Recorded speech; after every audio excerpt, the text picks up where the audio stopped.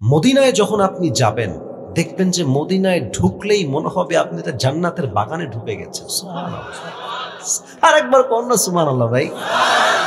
আমি যখন last time গেলাম এই 2 বছর আগে, আমার এখনো মনে আছে, মানে কোরআন হাতে নিয়ে কথাটা মনে পড়ে গেল। আমি মদিনার সামনে শুয়েছিলাম, নবীজির রওজার সামনে। হায় হায় হায়, কি শান্তি, কি যে শান্তি। তো মূল মেসেজ কি দেখেন, আমার আইফোন, আমার অ্যান্ড্রয়েড ফোন, মানে এক্সট্রা ফোন রাখি মাঝে মাঝে, কাজের জন্য রাখা হয়, আমার বুকের এখানে রেখে ঘুমিয়েছি।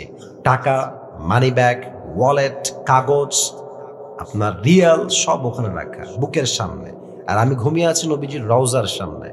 সারা রাত পার হয়ে গেছে, ঘুমায় আছে আমি, আল্লাহর বান্দা সব আমার সামনে। ঘুম থেকে উঠে দেখছি যেমন ছিল ঘুমানোর আগে তেমন ভাবে সেখানেই রাখা আছে। আর আপনি বাংলাদেশে আন্ডারপ্যান্ট রেখে ঘুমাবেন, দেখবেন আন্ডারপ্যান্ট ঘুম থেকে উঠে নাই। This is our country. ভাত আনতে লবণ চুরি হয়ে যায়, যুবক ভাইরা, ঠিক কিনা বলো? তো ওখানে কেন চুরি হয় নাই? এর কারণ ওখানে কোরআনের রাজ একটা কায়েম আছে। কি কায়েম? ওয়াসারিকু ওয়াসারিকাতু ফাকতাউ আইদিয়াহুমা জাযাআন বিমা কাসাবা নাকালাম মিনাল্লাহ। যে চুরি করবে হাত কেটে দাও। ইসলামের কথা, কোরআনের কথা। আচ্ছা দেখেন, আমার নাম হচ্ছে আসিফ, তোমার নাম কি গো? আরিফ। আরিফের আজকে আমি মাহফিল থেকে যাওয়ার সময় ঠ্যাং কেটে ফেললাম, ঠ্যাং, এক কোপে ঠ্যাং কেটে ফেললাম। আচ্ছা এখন আমাদের জয়পুরহাটের যেই জেলার যে আদালত আছে না? আচ্ছা বিচার হবে, কি বিচার হবে জানেন? মনে করেন বিচার হলো এরকম যে আসিফ হুজুরের নামে মামলা হবে যে তার ঠ্যাং কেটে দিয়েছে। আদালতের সিস্টেম হলো যে আসিফ হুজুরের জরিমানা হচ্ছে 1 লাখ টাকা আর হচ্ছে 10 মাসের জেল, ফর এন এক্সাম্পল, উদাহরণ হিসেবে। আচ্ছা, একটা জিনিসের ওজন ঠিকঠাক আছে কিনা এটা মাপার জন্য আমরা কি ব্যবহার করি? দাড়ি পাল্লা। বলেন সবাই, কি পাল্লা? আচ্ছা তাহলে দেখেন, ডান বাম, ডান দিকে আপনি রাখবেন আরিফের একটা ভাঙা ঠ্যাং, বুঝতেছেন কথা? বিচার করতে হবে তো, আপনার তো ঠ্যাং লাগবে। আচ্ছা, আর বাম দিকে আপনি রাখেন 10 মাসের জেল আর 1 লাখ টাকা। ওজন দেন তো, সমান সমান হবে নাকি? আরে বোঝেন নাই, সমান হবে? হবে না। আচ্ছা আপনি আরো বাড়ান, আচ্ছা যান 2 লাখ দেন আর জেল দেন 2 বছর। এবার এদিকে রাখেন 2 বছরের জেল আর রাখেন হচ্ছে 2 লাখ টাকা, আর এদিকে আরিফের ভাঙা ঠ্যাং, সমান সমান হবে? এই কোরআনের রাজ যদি কায়েম হয় কি বিধান হবে? মান হাকামা বিহি আদালা। এই কোরআন দিয়ে যে বিচার করবে সেই ইনসাফ ভিত্তিক বিচার করবে। সুবহানাল্লাহ পড়ে সবাই।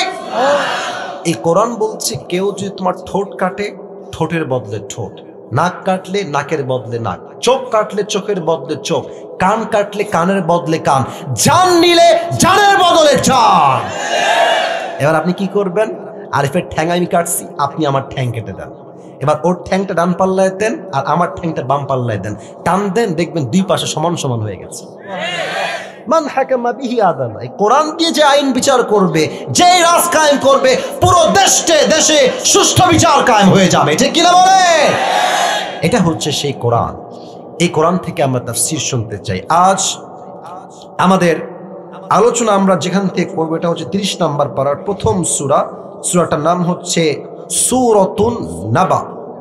শুনতে চাই সবার থেকে, সূরাটার নাম কি? সূরাতুন নাবা। এই তো সাউন্ড ভালো, মাশাআল্লাহ। আচ্ছা আপনারা কি চান এই মাহফিলটা ঐতিহাসিক হয়ে থাক? চাই না? অবশ্যই চাই। আপনারা সবাই আজহারী হুজুরের নাম শুনেছেন না? আরে ভাই, আজকে আমার সামনে যত লোক, আজহারী মাহফিলে, আগের মাহফিলে এত লোক কখনো হতো না। এই 200, 100, 150, অ্যাটলিস্ট 100, 150। তো তার ওয়াজ আজকে যেই পরিমাণ দেশের মানুষ শোনে, সে যদি দেশে ফিরে আসে এখন মাহফিল করার জন্য, এমন কোনো মাঠ নাই যে মাঠে আজহারের শ্রোতার জায়গা দেওয়া সম্ভব হবে। জয়পুরহাটের ভাইরা, একদিনে হয় নাই। It's a matter of time. Time has change now. আগে ছিলেন একরকম, এখন হয়ে গেছে না একরকম। আগে ছিলেন জিরো, হিরো বানাই দিয়েছে কে? তো আপনারা যারা আছেন, আপনারা তো অনেক বেশি আছেন। আপনাদের সাউন্ড হবে এমন যেন পুরো দেশের মানুষ জানতে পারে যে 5 বিবির সন্তানরা কাপুরুষের সন্তান নয়, সব বীর পুরুষের সন্তানরা আমার সামনে বসে আছে। 30 নম্বর পারা। কত নম্বর পারা? মাশাআল্লাহ। সূরাটার নাম হচ্ছে সূরাতুন নাবা। বলেন সবাই, কি নাম? আমরা যে আয়াত থেকে আজকে কথা শুরু করব সেটা হচ্ছে সূরাতুন নাবার ঠিক 21 নম্বর আয়াত। বলেন সবাই, কত নম্বর আয়াত? 21 নম্বর আয়াত আমি তেলাওয়াত করছি, তেলাওয়াতটা মনোযোগ দিয়ে শুনবেন, তাফসীরের জন্য জরুরি এটা। আউযু বিল্লাহি মিনাশ শাইতানির রাজীম, বিসমিল্লাহির রহমানির রহিম। ইন্না জাহান্নামা কানাত মিরসাদা للطاغين مآبا لابثين فيها أحقابا لا يذوقون فيها بردا ولا شرابا إلا حميما وغساقا جزاء وفاقا إنهم كانوا لا يرجون حسابا. الله أكبر. Allah says in this ayah, translation, tarjuma bolchi, Inna Jahannama kanat mirsada. The hellfire is like a boat. Allah bolchen ei jahannamta hobe bishal lomba ekta ghatir moto. Litaghina ma'aba. For the transgressors a place of return. যারা হবে বেনামাজি, সুদখোর, মদখোর, গাঁজাখোর, এদের সবাইকে সেই জাহান্নামে প্রবেশ করাবে একজন। আওয়াজ দিয়ে বলেন তো সবাই, তিনি কে? কতদিন থাকবে তারা? How much long time it is, কতটা লম্বা সময় হবে? আল্লাহ তাআলা বলছেন লাবিথিনা ফিহা আহকাবা, they will live there for age. যখন জাহান্নামীরা জাহান্নামে প্রবেশ করবে, যুগের পরে যুগ তারা জাহান্নামেই থাকবে। খাবার কেমন হবে? لا يذوقون فيها بردا ولا شرابا. They will have no food to eat and they will have no water to take. কোনো খাবার থাকবে না, পানির জন্য কোনো পানি থাকবে না। ইল্লা হামিমা ওয়া গাসাকা, জাহান্নামীরা চিৎকার করে বলবে we are thirsty, আমরা পিপাসিত, তৃষ্ণার্ত, পানি দাও। Need water, we need water, পানি দাও, পানি দাও। একটা গ্লাসে পানি দেওয়া হবে, পানিটা হবে কতটা নিকৃষ্ট, হামিমা ওয়া গাসাকা, এটা হবে রক্ত এবং পচা পুজ দ্বারা গলিত পানি। জাহান্নামী যখন পানিটা মুখে নিবে, বই করে সব পানি বাহিরে ফেলাই দিবে। নাউজুবিল্লাহ পড়ে সবাই। এটা হচ্ছে জাহান্নামের একটা বেসিক আইডিয়া দিলাম, প্রাথমিক ধারণা। এই জাহান্নামকে আমরা আজকে 4 ভাগে ভাগ করছি। বলেন সবাই, কয় ভাগ? ওয়াজ ঢুকে গেছি। একজন যুবক যদি উঠে যায় বা মুরব্বী উঠে যায়, ও লুঙ্গি টাইনা ধরে বসাই দিবেন। হাসির জন্য নয়, আসছেন নিজের ইচ্ছা, আমি আপনাকে নিয়ে আসি নাই, আপনি নিজের ইচ্ছায় আসছেন, আপনার ইচ্ছায়, যাবেন আমার ইচ্ছায়, ঠিক কিনা বলেন? 4টা ভাগ। এক হচ্ছে জাহান্নামের প্রাথমিক আইডিয়া, আমরা বলে ফেলেছি। 2, জাহান্নামের আগুন কত ভয়ঙ্কর হবে, we will talk about it in details. জাহান্নামের আগুন কত ভয়ঙ্কর, কতটা তাপ, কতটা মারাত্মক, আমরা হাদিস থেকে জানবো। 3, এই জাহান্নামের ব্যাপারে সাহাবা একরামদের হৃদয়ে কতটা ভয় ছিল, আমরা কিছু ঘটনা শুনবো। And finally, we will talk about the matter who will enter in the paradise and who will enter in the hellfire. আমরা সর্বশেষ জানবো কারা হবে জাহান্নামী আর কারা হবে জান্নাতি। আমরা কি হতে চাই গো, জাহান্নামী না জান্নাতি হতে চাই? জোরে বলেন না। ওকে, আবার বলি, সবাইকে আমরা জাহান্নামী হতে চাই না জান্নাতি হতে চাই? তো যদি জাহান্নামে যেতে না চাই, কেন কেন কেন কেন কেন যাওয়া লাগে, কেন কেন কেন কেন যাওয়া লাগে না জানতে হবে। আপনি কেন যাবেন আর কেন যাবেন না জানলেই তো আপনি কারণ থেকে বাঁচতে পারবেন, ঠিক কিনা বলেন?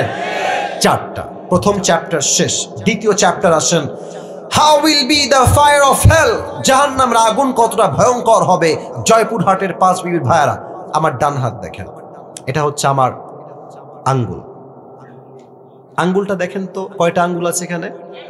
আচ্ছা, এটা হচ্ছে একটা glass. I know this is a glass, but আমি বলছি এটা কোনো গ্লাস নয়, এটা হচ্ছে একটা মোমবাতি। কি বাতি? আচ্ছা দেখেন তো, মোমবাতির ঠিক আগায় নিভি নিভি নিভি নিভি কি যেন জ্বলে ভাই? আগুন জ্বলে। মুরব্বীরা কয় আপনার কন্যা কেন, কি জ্বলে? আচ্ছা, আমি একজনকে বললাম ভাই আপনি এদিকে আসেন। আসছে, হুজুর কি হয়েছে? আমি বললাম এই 5 বিবির ছেলে শোনো, তোমাকে একটা কাজ দিচ্ছি, কাজটা করলে তুমি পাবা 10 কোটি টাকা। কয় কোটি টাকা? কিভাবে, কি শর্ত হুজুর বলেন?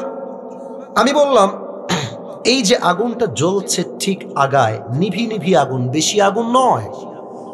You have to just put your finger just for 5 minutes or 10 minutes. তোমার এই আগুনে হাতটা জাস্ট 10 মিনিট এমনে রাখবা। 10 কোটি টাকা।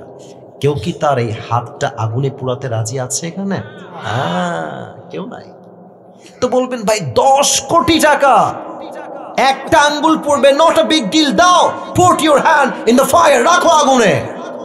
যুবক ডাক দিয়ে বলবে, হুজুর রাখেন আপনার 10 কোটি, আমার হাত ঠিক থাকলে আমি 20 কোটিও কামাই করতে পারবো। কেউ রাজি না। হলে ছোট্ট একটা মোমবাতির আগুনে হাত রাখতে কেউ রাজি না। অথচ জাহান্নামের আগুনটা এত বেশি তাপ হবে, আল্লাহর হাবিব বলেছেন দুনিয়ার আগুনের চাইতে জাহান্নামের আগুনের তাপ 70 গুণ বেশি হবে। 70 গুণ। নাউজুবিল্লাহ পড়েন সবাই। এই আগুন যখন আপনার দেহে একবার টাচ করবে, এটা হাদিস নয়, এটা আয়াত, নাযাতাল লিশওয়া, সঙ্গে সঙ্গে আপনার দেহের প্রত্যেকটা চামড়া খসে খসে মাটিতে পড়ে যাবে। লা তুবকি ওয়ালা তাদা, the fire of hell will not leave them alive nor will it leave them dead. যখন জাহান্নামের আগুন মানুষের গায়ে লাগবে, মানুষ না বাঁচবে না মরবে। একবার বাঁচে, আরেকবার মরে, আরেকবার মরে তো আরেকবার বাঁচে। ওখানে কোনো মরণ নাই, জীবন আছে, মরণ নাই।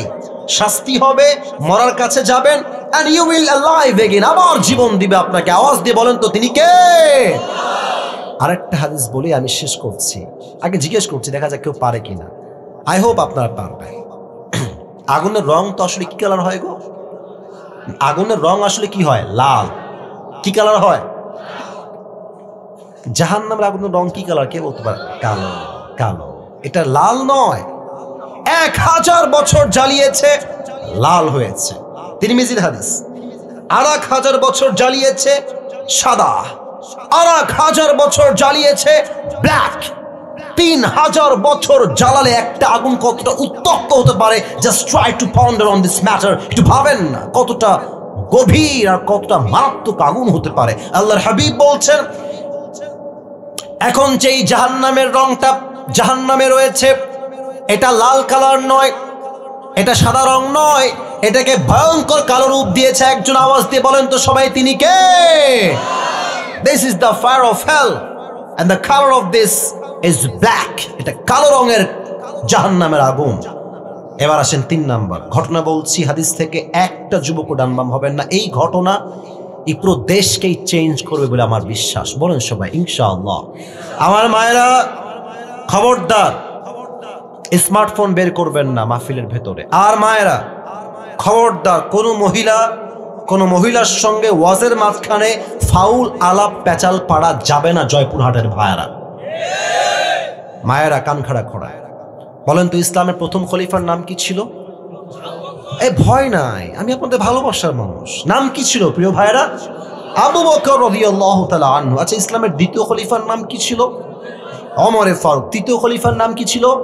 ওসমান। বলেন সবাই কি মান? আর সর্বশেষ খলিফার নাম হচ্ছে আলী রাদিয়াল্লাহু তাআলা আনহু। আল্লাহু আকবার।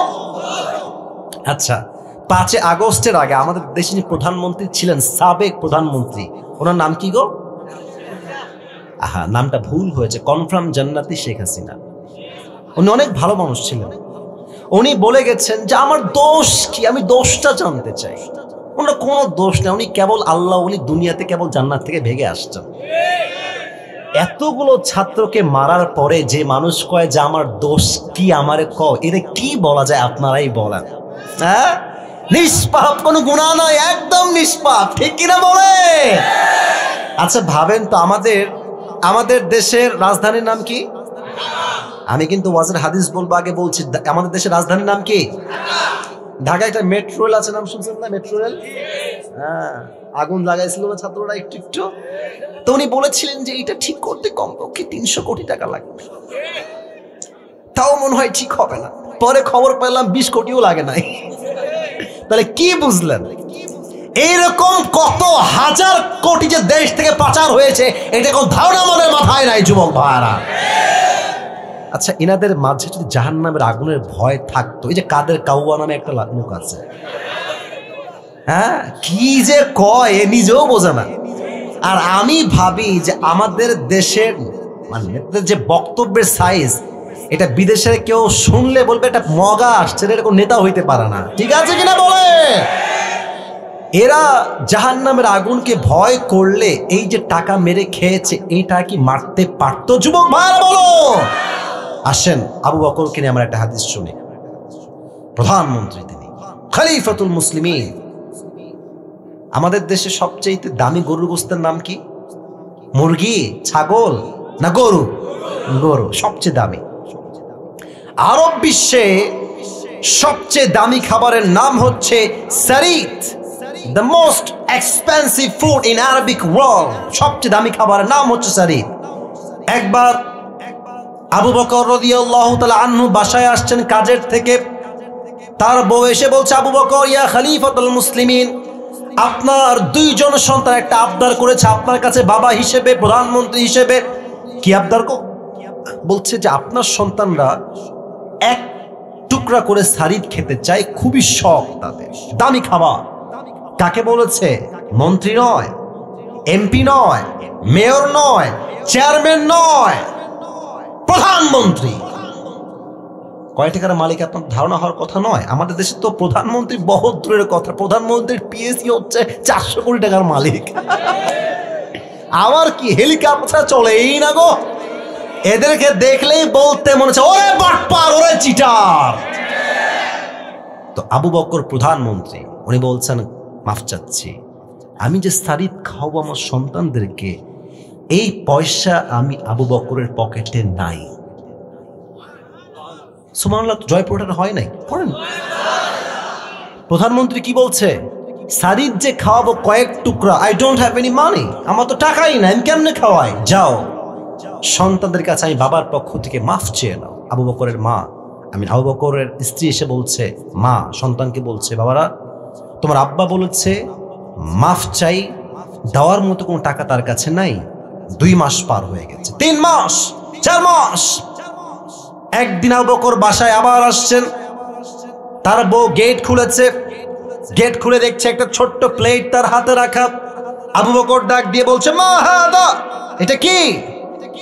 তার বউ বলছে, এটা আপনার জন্য আমি কয়েক টুকরা সারিদ কিনে নিয়ে আসছি, নেন খান। তো উনি বললেন যে সারিদ তুমি কেমনে কিনলা গো? আমি তো টাকা দেই নাই, আমি তো মাফ চেয়েছিলাম। তো বলছে থামেন থামেন, আমি লেট মি এক্সপ্লেন, আমি একটু ব্যাখ্যা করছি কেন কেমনে কিনলাম। উনি বলছেন যে মূলত আপনি যে মাসে আমাকে টাকা দেন, প্রতি মাসে মাসে টাকা দেন, ওই টাকাটা জমিয়ে জমিয়ে জমিয়ে জমিয়ে কয়েক মাসের টাকা বাঁচিয়ে আমি আমার সন্তানের আবদার পূরণ করার জন্য কয়েক টুকরা সারিদ বাজার থেকে ক্রয় করে নিয়ে এসেছি, খান। হালাল। একটা প্রধানমন্ত্রী প্রথম হিসাব কি দেখছেন, যেটা হালাল না হারাম? প্রথম হিসাব, আমি যে খাবো এটা হালাল না হারাম? খান, এটা হালাল, আপনার টাকার কামাই, এটা খান। আবু বকর খেয়েছে। হাদিস তো শেষ হয় নাকি? হাদিস এখনো শেষ হয় না। সারিদ খেয়ে সোজা সংসদ ভবন, পার্লামেন্টে গিয়েছে। মন্ত্রী, এমপি, রাষ্ট্রের সমস্ত দায়িত্বশীল ব্যক্তিকে ডেকে এক জায়গায় করেছেন। সবাই তো অবাক হয়ে গেছে, হঠাৎ করে এরকম ডাক কেন দিয়েছেন তিনি? কি ব্যাপার, কি হয়েছে? সবার বলছে, ইয়া খলিফাতুল মুসলিমিন, কি হয়েছে আপনার? এত জরুরি তলব কেন করেছেন সবাইকে? আপনি একই টাইমে সবাইকে হাজির হতে হবে কেন? বলছে, তোমরা আমায় কত বেতন দাও জানো? বলছে, স্যার এই বেতনটা আপনার জন্য সরকারি কোষাগার থেকে দেওয়া হয়। বলছে, এখনই এই মুহূর্তে আইন পাশ করো যে প্রধানমন্ত্রী বেতন এত টাকা নয়, আরো কম দিতে হবে।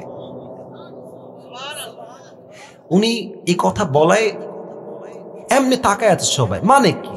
বেতন তো এমনিতেই কম, আরো কম কেন হবে? আবু বকর ডাক দিয়ে বলছে, আমার বউ আমাকে সারিদ খাওয়াইছে আজকে বাঁচিয়ে বাঁচিয়ে টাকা। এর দ্বারাই প্রমাণ হয়ে গেছে আমি আবু বকরের সংসার এর চাইতেও কম টাকায় চালানো সম্ভব। আমার টাকা কমায় দাও, জাহান্নামের আগুনকে আমি চুল পরিমাণ বরদাস্ত করতে পারবো। একটা সারিদের টুকরা খেয়েই তার মাথায় হুঁশ চলে আসছে। আমাদের দেশের মন্ত্রী নেতারা একটা দিন পদ পেয়ে কয়েকশো কোটি টাকার মালিক হয়ে গিয়েছে। যুবক ভাইরা, এদেশের যত মন্ত্রী আছে, নেতা আছে, যত রকম মেয়র আছে, প্রত্যেকটা হৃদয়ে যদি আবু বকরের মতো ভয় ঢুকে যায়, এই দেশটা সোনার দেশ হয়ে যাবে যুবক ভাইয়ারা, ঠিক কিনা বলো? আমাদের পাশের দেশ ইন্ডিয়া, আমাদের দেশ থেকে মাত্র 3 থেকে 4 ঘন্টা দূরত্বে আছে মালয়েশিয়া। কি ভিআইপি কান্ট্রি দেখেন না আপনি, ইউটিউবে লেখেন মালয়েশিয়া। আজহার সাহেব তো মালয়েশিয়াতে থাকেন তাই না? দেখেন না আপনি ইউটিউবে, কি সুন্দর কান্ট্রি। আমাদের পাশের থেকে মাত্র 4 ঘন্টা লাগে বিমান যাইতে, কত উন্নয়ন তাদের। বাট আমরা 1971 সাল থেকে নিয়ে শুরু করে এই অবধি চুরি ডাকাতি করতে করতে করতে করতে ঋণ বাড়াইতে বাড়াইতে পুরো দেশটাকে এরা দেউলিয়া বানাই দিয়েছে যুবক ভাইরা, ঠিক কিনা বলো? আচ্ছা, আমি এটা কি পরে আছি, পাঞ্জাবি না জুব্বা? হ্যাঁ, বুঝে গেছেন ভাই আমার। বলেন তো একবার, পাঞ্জাবি না জুব্বা? আচ্ছা, আমার আব্বাজান পাঞ্জাবি পরে আছে। একটা জিনিস বোঝায়, হাদিস বলবো তো তাই বোঝাচ্ছি না, বলতাম না। জুব্বা দেখবেন এই পায়ের টাকনু পর্যন্ত যায়, আর পাঞ্জাবি হচ্ছে হাঁটু বরাবর আসে। যেগুলো শর্ট পাঞ্জাবি ওগুলো হয় হাঁটুর উপরে, আর যেগুলো লং পাঞ্জাবি এগুলো হয় হাঁটুর নিচে। তাহলে জুব্বা হয় লম্বা না শর্ট? লম্বা। আর পাঞ্জাবি হয় লম্বা না শর্ট? হাঁটু পর্যন্ত হয়। কি হাদিস! আল্লাহু আকবার। আমি আসিফ কি, আমাদের তো কিছুই নাই। আমি সাহাবীদের জীবন পড়লে বুঝি যে আমরা জান্নাত পাবো কেমনে। আমি নিজেকে মিলাই, কি জীবন তাদের। আমি আসিফের কয়টা জুব্বা ভাই আমাকে গুনে বলতে হবে, ওয়াল্লাহি, অহংকার না, বাস্তবতা। আমার কয়টা ঘড়ি আমাকে গুনে বলতে হবে, কয়টা টুপি আমার কয়েক লাখ টাকা শুধু টুপি বাড়িতে আছে। আস্তাগফিরুল্লাহ। আমাদের সাজ সজ্জা শৌখিনতা কত বেশি, আর সাহাবা একদম কত নরমাল জীবন। আল্লাহু আকবার। ওমর ফারুক খুতবা দিচ্ছেন, জুমার মেম্বারে খুতবা, একজন দাঁড়িয়ে গেছে মাঝখান থেকে, এই ওমর, তোমার জুব্বা তো লম্বা কেন? তোমার জুব্বা এত লম্বা কেন? তুমি কি রাষ্ট্র টাকা মেরে খেয়েছো ওমর? একজন লোক খুতবার মাঝে দাঁড়িয়ে বলছে, প্রধানমন্ত্রীকে বলছে। আরে ভাই, আমাদের দেশের প্রধানমন্ত্রী বহুত দূরের কথা, চেয়ারম্যানকে কথা কেউ বললে ওর পিঠের চামড়া একটাও থাকবে না যুবক ভাড়া বাংলাদেশে। ওমর এই কথা শুনে very silent, very keep quiet, চুপ, ঠান্ডা মাথায় বলছে, ভাই আমি বলছি আমার জুব্বা লম্বা কেন হয়েছে। যখন জবাব দিবেন, তার সন্তান ছিল আব্দুল্লাহ ইবনে ওমর, দাঁড়িয়ে বলছে, এই ভাই চুপ থাকেন, আমার জবাবটা আমি দিচ্ছি আমার বাবার পক্ষ থেকে, আপনি চুপ থাকেন, আমি বলছি জবাবটা কি হবে। ডাক দিয়ে বলছে, ভাই আমার, প্রত্যেক বছর রাষ্ট্রের পক্ষ থেকে আমার জন্য একটা জামা, বাবার জন্য একটা জামা দেওয়া হয়, মোট 2টা জামা।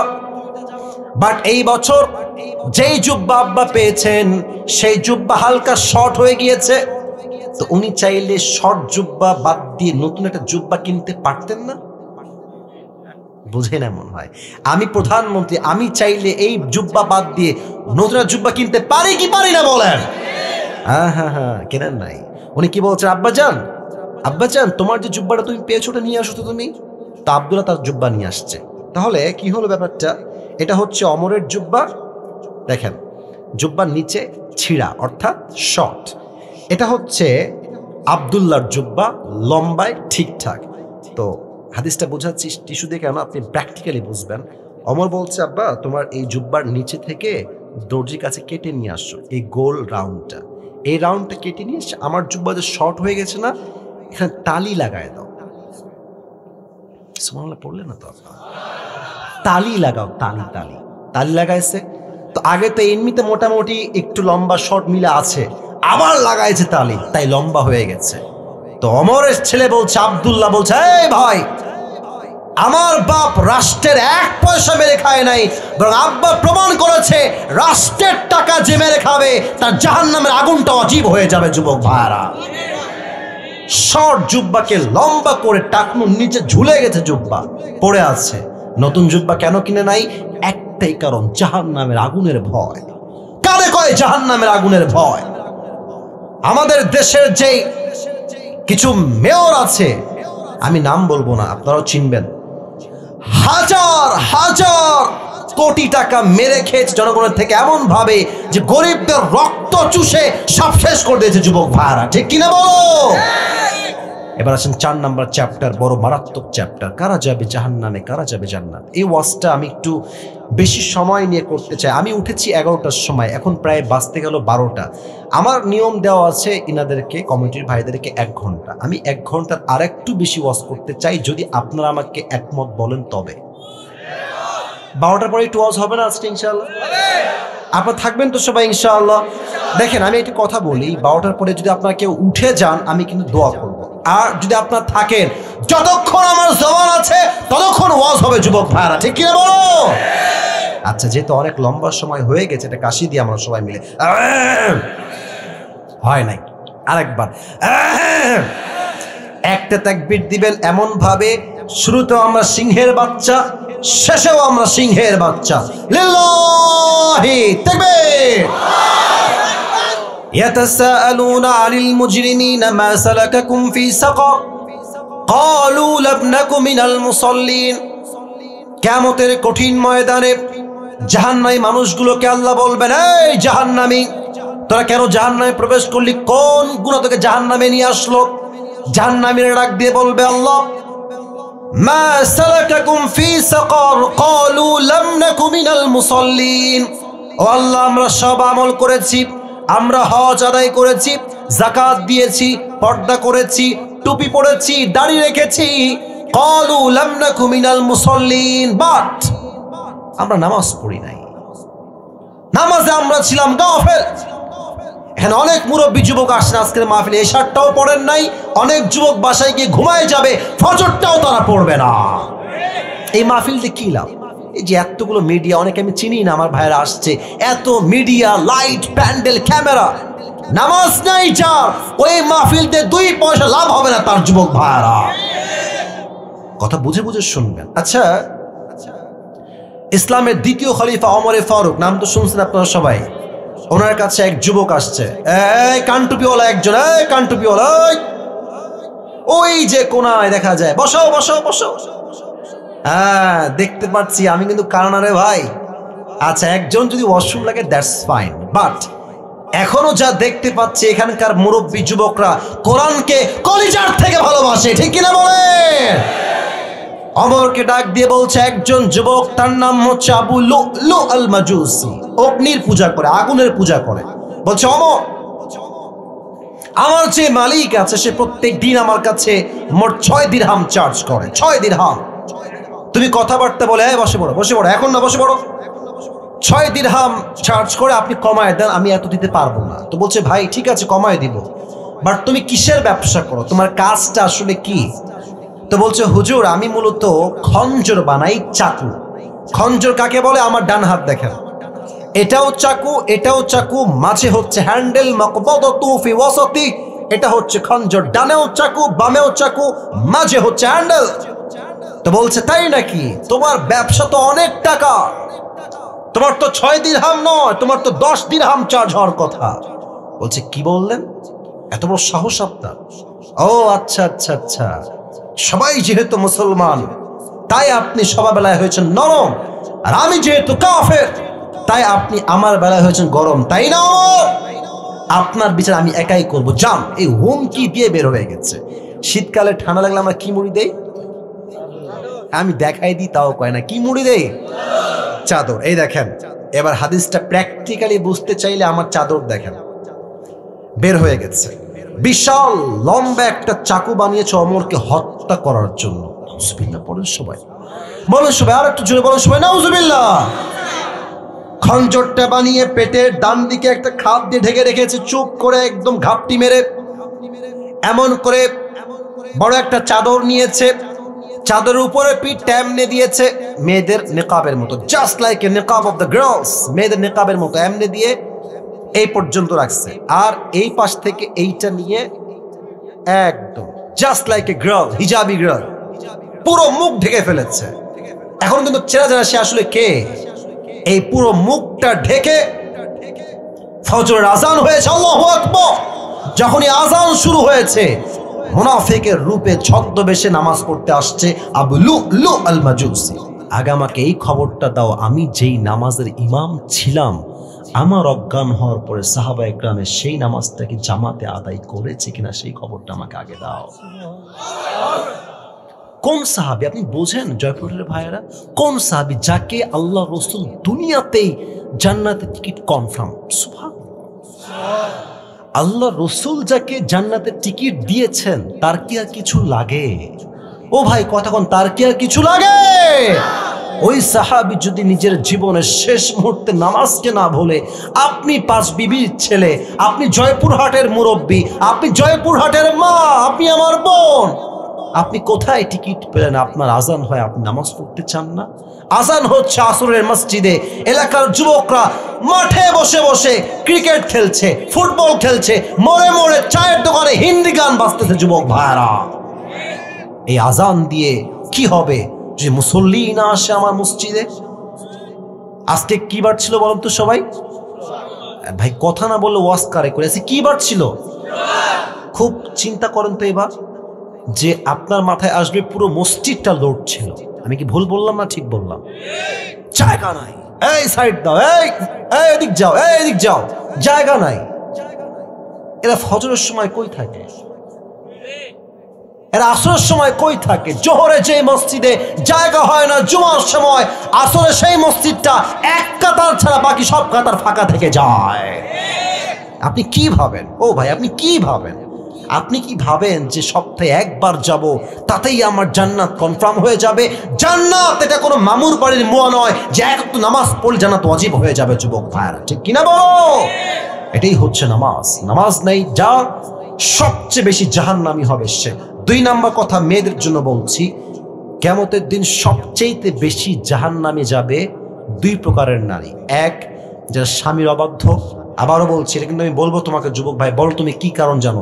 এক, তাকফুরনাল আশির। কিছু মেয়ে দেখবেন স্বামী সারাটা জীবন দেয়, ও মুরব্বী আব্বাজান আমার চোখে চোখ রাখেন, এই যুবক আমার চোখে চোখ রাখো। এক স্বামী সারাটা জীবন বউকে দেয়, সারা জীবন ক্ষয় করে ফেলে, আর কোনো কিছু কমতি হলেই বউ বলে তুমি আমাকে জীবনে কি দিলা গো, আমি তো তোমাকে কিছুই জীবনে পাই নাই। বলেন এরকম বউ বাংলাদেশে আছে না? না আমি শুনি না, বলো সবাই আছে না? আছে না? আছে না? এরা সবচেয়ে বেশি জাহান্নামে যাবে। ইভেন অনেক বউ আজকাল আছে, অমকের স্বামী কি দিয়েছে তাই নিয়ে স্বামীর সঙ্গে হিসাবে বসে। আমার বান্ধবীর স্বামী তাকে এই এই এই এই এই এই দিয়েছে, আমার অমক বান্ধবীর স্বামী এই এই এই এই দিয়েছে, তুমি আবার কেন দাও না? এই সমস্ত বউরা জীবনে পারিবারিক জীবনে সুখী হতে পারে না যুবক ভাই, ঠিক কিনা বলো? তাকফুরুল আশি। দুই, কাসিয়াতুন আরিয়াতুন, এমন কিছু নারী যারা পোশাক পরবে বাট উলঙ্গ থাকবে। আজ আমার এই বাংলার মাটিতে এমন কিছু মেয়ে আছে যারা বোরকা পরে, নেকাব পরে, হিজাব পরে, বাট তাদের জামা টাইট এত বেশি হয় দেহের প্রত্যেকটা অঙ্গ প্রত্যঙ্গের ভাঁজ বোঝা যায়। যুবক ভাইরা, বোরকা পরে কি লাভ? আমার মনে হয় কি জানেন, তুমি বোরকা বাদ দিয়ে তুমি জিন্সের প্যান্টই পরো। বলেন বলেন বলেন, ঠিক আছে না? বলেন বলেন বলেন। যেই বোরকা দিয়ে বোরকার সম্মানই হয় না, ব্যবসা মার্কা বোরকা, এই বোরকার চাইতে তোমার যে জিন্সের প্যান্ট পরা বেশি উত্তম। যুবক ভাইরা ঠিক কিনা বলো? অন্তত বোরকার বদনাম থেকে মানুষ বেঁচে যাবে। আপনার জয়পুরে মনে কোনো মেয়ে নাই যারা উল্টা পাল্টা বোরকা পরে, এরকম তো জয়পুরে নাই? আরে নাই নাই নাই নাই নাই, আছে। সাবধান মেয়েরা, সাবধান। এই মেয়েরা জাহান্নামে সবচেয়ে বেশি যাবে। আচ্ছা, শেষ একটা হাদিস বলতে চাই, শেষ হাদিস। নবীজির একটা মাত্র কলিজার টুকরা মেয়ে ছিলেন যার দ্বারা নবীর বংশ বিস্তার হয়েছে। কি নাম গো? ফাতেমা। Right answer, Fatema. আমার বলেন সবার নাম কি? আরো কিছু প্রশ্ন করছি, জানি আপনারা পারবেন। ফাতেমার দুইজন সন্তান ছিল, একটু জোরে কোন? হাসান এবং শেষ কথা, ফাতেমার স্বামীর নাম কি ছিল গো? আলী রাদিয়াল্লাহু তাআলা আনহু। বলো সবাই মারহাবা। পর্দা কাকে বলে? Just I wanna make you realise, আপনাকে অনুধাবন করার চাই আমার শেষ হাদিস। প্রিয় ভাইরা, ইন্তেকালের দিনে আম্মাজান ফাতেমা রাদিয়াল্লাহু তাআলা আনহা ঘরের মাঝে বসে আছেন। আমরা রুটি বানানোর আগে কি বেলি? আগে আটা। কি বলেন সবাই? আটা। তো দেখবেন যে আটায় যখন পানি দেন এরকম গোল হয়ে যায়, তাই না? এটাকে আমরা খামির বানাই, খামির বলি এটাকে, আটা। তো উনি খামিরগুলো এরকম গুনতেছেন এমনে এমনে, আর আলী আসছে ঘরে, এসে দেখছে যে ফাতেমা রুটি বানাচ্ছে ফর হার হাজব্যান্ড, বাট তার দুই চোখ বেয়ে পানি পড়ছে, দুই চোখেই পানি। আলী বলছে, Fatema what happened, why you are crying, তুমি কাঁদছো কেন ফাতেমা? এই হাদিসটা দিল থেকে শুনবেন। ফাতেমা বলছে, আলী বলছি তোমাকে কারণটা কি, কারণ জানো, আজ শেষ রাতে তাহাজ্জুদের সময় আমি আমার প্রিয় নবীজিকে স্বপ্নে সাক্ষাৎ করেছি। সুবহানাল্লাহ না পড়লে আমি হাদিসটা বলে একদম শান্তি পাবো না, পড়েন না, আরেকবার পড়েন সবাই সুবহানাল্লাহ। আলী বলছে, wow that's a good news, তুমি আব্বাকে দেখেছো, তোমার তো কপাল ভালো, প্রিয় নবীকে সাক্ষাৎ করেছো স্বপ্নে, কপাল তোমার ভালো। বলছে, আলী কপাল তো ভালো, বাট কি দেখলাম তা তো শুনলাম না। বলছে, বলো কি দেখেছো? ফাতেমা ডাক দিয়ে বলছে, আলী দেখলাম বিশাল বড় একটা মাঠ, কালো অন্ধকার রাত, আমার আব্বাজান মাঠ দিয়ে হাঁটছে না, কি যেন হাত দিয়ে খুঁজতেছেন, এমনে এমনে এমনে খুঁজতেছেন। আব্বাজান মা লেখা, আপনার কি হয়েছে, আপনি কি খোঁজেন?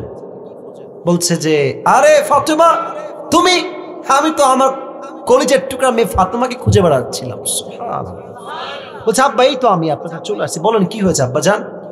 নবীজি বলছে, ফাতেমা দুনিয়ার কয়দিন থাকবা, আসো, কাম টু মি, আমার কাছে আসো, দুনিয়ার থাকার কোনো প্রয়োজন নাই, চলে আসো দুনিয়া থেকে আমার কাছে। এই কথা শুনেই ফাতেমা ঠাস করে ঘুম থেকে উঠছে। আরে স্বপ্নে কি দেখলাম, ব্যাখ্যাটা শোনেন, মুরব্বীরা শোনেন, যুবকরা স্বপ্নের ব্যাখ্যা বোঝো। তোমার যদি আব্বা মারা যায়, মা মারা যায়, বন্ধু মারা যায়, তুমি দেখছো স্বপ্নে যে তোমার বন্ধু কবর থেকে বলছে, বন্ধু আমি বড্ড একা কবরে, তুই চলে আয় আমার কাছে। মা বলছে, বেটা আমি অনেক কবরে একা রে, তুই চলে আয় আমার কাছে। বাপ বলছে, বেটা তুই চলে আয় আমার কাছে, আমি বড্ড একা হয়ে আছি। এই হাদিস এটার ব্যাখ্যা আসছে স্বপ্নে, যে এর মানে হচ্ছে ইউর হায়া is going to over, you don't have a long time to live in this world. আপনার হায়াত হয়তো বেশি একটার বাকি নাই, হয়তো যাওয়ার সময় ঘনিয়ে এসেছে। আচ্ছা, আপনার আমার স্বপ্ন বৃথা হতে পারে, ভুল হতে পারে, বাট নবী যাকে ডাকে কবরে যাওয়ার জন্য, এইটা কি ভুল হইতে, এটা কি ভুল হইতে পারে? পারে পারে পারে। এই কথা শুনে আলী আর কান্না থামাইতে পারছে না, আলীও দুই চোখ দিয়ে ছড়ছড় করে কান্না। ডাক দিয়ে বলছে, ফাতেমা কয়েকদিন হয়ে গেল, প্রিয় আল্লাহর হাবিব বিদায় নিয়েছেন, আমার প্রিয় শ্বশুর আব্বাজান বিদায় নিয়েছেন, তুমি যদি আবার চলে যাও আমি কাকে নিয়ে বাঁচবো, আমার সান্ত্বনা কাকে নিয়ে আমি পাবো? কাঁদছে। তো ফাতেমা বলছে, আলী কেঁদো না, কুল্লু জাদীদিন বাল, প্রত্যেক নতুন জিনিস পুরাতন হয়ে যায়, অকুল্লু জাদীদিন অকুল্লু হাইয়িন মাইয়িত, প্রত্যেক জীবন্ত মানুষ এদিন মৃত হয়ে যায়। এবং আমার বিশ্বাস আমি এক এমন স্বামীর স্ত্রী হতে পেরেছি, আমার কপালটা আল্লাহ সুন্দর করে দিয়েছে। সুবহানাল্লাহ পড়ার সময়। তবে হ্যাঁ, তোমাকে মৃত্যুর আগে আমি 3টা নসিহত করতে চাই। বলেন সবাই কয়টা? হ্যাঁ শুনি নাই, শেষ হাদিস, বলেন সবাই কয়টা? 1, আমি যখন মারা যাব মাথায় রেখো, তোমার বউ হিসেবে সব খেদমত করতে পারি নাই, আল্লাহর ওয়াস্তে আমাকে তুমি মাফ করে দিও, কোনো অভিযোগ রেখো না। 2 নাম্বার কথা, এটা মুরব্বীরা একটু বুঝেন, আমাদের বউ যারা আছে, এই খবরদার, আমি থাকতে তুমি কোনোদিন দ্বিতীয় বিয়ে করতে পারবা না। ইভেন বলবে, তুমি আমাকে ওয়াদা করো, হাতে হাতে রাখো। কি ওয়াদা জান, কি হয়েছে বলো? বলছে, আমি মরে গেলে তুমি জীবনে কোনদিন বিয়ে করবো না, আমাকে ওয়াদা করো। কিরকম মেয়ে বাংলাদেশে আছে না, মানে স্বামীর দ্বিতীয় বিয়ে সে জীবনেও সহ্য করবে না, ওয়াদা করো আমি মরলে তুমি সারা জীবন কুমার থাকবা, জীবনে আর বিয়ে করবা না। স্বামী বলে, বাপ মাফ চাই, আমি বিয়ে করব না। তো এক স্বামী, এক চালাক ছিল, স্বামী চালাক। তো বউ বলছে, আমি মরে গেলে তুমি কি করবা, তুমি দ্বিতীয় বিয়ে করবা? স্বামী বলছে, अगर तुम मर जाओगे तो मैं तो पागल हो जाऊंगा, তুমি মরলে তুমি পাগল হয়ে যাবো জান, তোমার কাছে আমার জীবনটাই বৃথা। तो वो बोलते, ये मरने की बात छोड़ो, पागल होने की बात छोड़ो, तुम दूसरी शादी तो नहीं करोगे ना, তুমি দ্বিতীয় বিয়ে করবে না তো আবার? তো স্বামী বলছে, ভাই আমি তো পাগল হয়ে যাব, আর পাগল যা মন চায় তাই করতে পারে। তো ফাতেমার কথা শোনেন, এটা আমি হাসির খোরাক দেনি, বুঝাবার স্বার্থে বললাম। ফাতেমা বলছে, আলী আমি যদি মারা যাই, একটা নসিহত না, একটা তোমাকে নসিহত করছি। কি নসিহত? তোমার যাকে মন চায় তাকেই বিয়ে করবা, তবে শর্ত একটা, আমার কলিজার টুকরা হাসান এবং হুসাইনের যেন এক চুল পরিমাণ কোনো কষ্ট না হয়। সুবহানাল্লাহ পড়ে। আচ্ছা 2 নাম্বার শেষ, এবার আসেন 3 নাম্বার বড় ডেঞ্জারাস। এটাই হচ্ছে আমার মূল হাদিসের পয়েন্ট, শেষ কথা। বলছে আলী, আমি যখন মারা যাব আমার খবর কারো কানে যাবে না, তুমি হবা আমার জানাজার ইমাম, মুসল্লি হবে 2 জন, এক হচ্ছে হাসান আর এক হচ্ছে হুসাইন, আর কেউ আসবে না। এবার আলী বলছেন না, এটা তো সম্ভব না, সব মানবো, এই নসিহত এই ওসিয়ত মানতে প্রস্তুত নই, তুমি নবীর একমাত্র কলিজার টুকরা মেয়ে ফাতেমা, তোমার জানাজায় সবাই আসবে, সবাই পড়বে, এটাই তো আমাদের আকাঙ্ক্ষা। বলছে খবরদার, কেন বলবা না? একটাই কারণ, আমার আব্বা আমাকে এমন ভাবে পর্দার আদেশ দিয়েছেন যে আমি ফাতেমার বয়স যতদূর পর্যন্ত আমি বেঁচে ছিলাম, আরে ভাই গায়ের রং তো দূরের কথা, ফাতেমা কি মোটা না চিকন, আর যদি কেউ মদিনার বা মক্কার আজ করতে পারে নাই, তার বোরকার সাইজ এত ঢিলা ঢালা ছিল। ইভেন যতদিন সে বেঁচে ছিল তার দেহের চামড়া কালো ফর্সা না শ্যাম, কোন সাহাবী আজ পর্যন্ত চুল পরিমাণ আজ করতে পারে নাই। সুবহানাল্লাহ। এবং তিনি এতটা ঢিলে ঢালা বোরকা পরতেন যে তার ঢিলে ঢালা বোরকা দেখলে বোঝা বড় দায় ছিল যে ফাতেমা কি লম্বা নাকি শর্ট নাকি মাঝারি সাইজের, ফাতেমা কি চিকন না মাঝারি না মোটা, তার বোরকা এত ঢিলে ঢালা কেউ দেখলে তার লজ্জায় মাথা নিচু হয়ে যেত। আল্লাহু আকবার। আজকালকার মেয়েরা এমন ভাবে রাস্তায় হাঁটে, এতটা বেলাজার মতো হাঁটে গ্রামগঞ্জে, রাগ করবেন না, দেখবেন গ্রামগঞ্জে কিছু মেয়েরা আছে, পুকুরের পার আছে না, মানে পুকুরের পার, কথা না বলে ওয়াজ হবে না, কি পার, পুকুরের পার আছে না আপনাদের সবার, দেখবেন যে পুকুরের পারে কিছু মেয়ে এত বেলাজা, বুঝছেন, এখানে হয়তো বা নাই, অন্য জায়গায় থাকতে পারে, গোসল করে ভিজে থাকে, প্রত্যেকটা মুরব্বী যুবক দেখলে ঈমানও নষ্ট হয়, চরিত্র নষ্ট হয়ে যায়। যুবক ভাইরা, এই সমস্ত মেয়েদেরকে আল্লাহ ফাতেমার চরিত্রে চরিত্রবান হওয়ার তৌফিক দান করুক। সকলেই মন করে পড়ছে আমিন। জাহান্নামে যাওয়ার মোট 3টা কারণ পেলাম, 1 বেনামাজি হওয়া, আর মেয়েদের জন্য 2টা কারণ, 1 হচ্ছে স্বামীর অবাধ্য হওয়া বা অকৃতজ্ঞ হওয়া, 2 হচ্ছে পর্দা করা এমন ভাবে যে পর্দার কোনো মূল্য নাই, যে পর্দা করলে যুবকদের ঈমান এবং চোখ 2টাই নষ্ট হয়ে যায়। ঠিক কিনা বলো?